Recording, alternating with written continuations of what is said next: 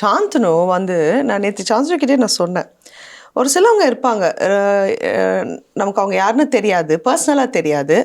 ஆனால் அவங்களோட ஜேர்னி நம்ம கேள்விப்பட்டிருப்போம். இல்லை சொல்லி கேட்போம். நான் I am that kind of a person. ஒரு விஷயம் கேட்கும்போது எனக்கு அது டச் ஆச்சுன்னா சைலண்ட்டாக அவங்களுக்கு ஒரு ப்ரேயர் நான் கடவுளை இது பண்ணி கொடு பாவம் அப்படின்னு சொல்லி அந்த மாதிரி சாந்தனுக்கு நான் நிறைய ப்ரே பண்ணியிருக்கேன்.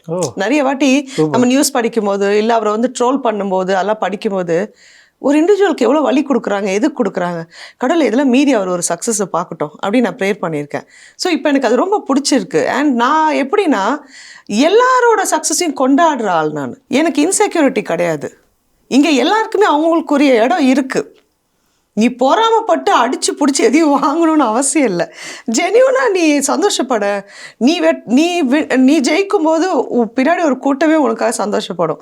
அதை நான் எப்பவுமே பார்த்துருக்கேன். I give that. ஸோ இவங்க எல்லாரோடதையும் நான் கொண்டாடுறேன். எனக்கு ஹாப்பியாக இருக்குது.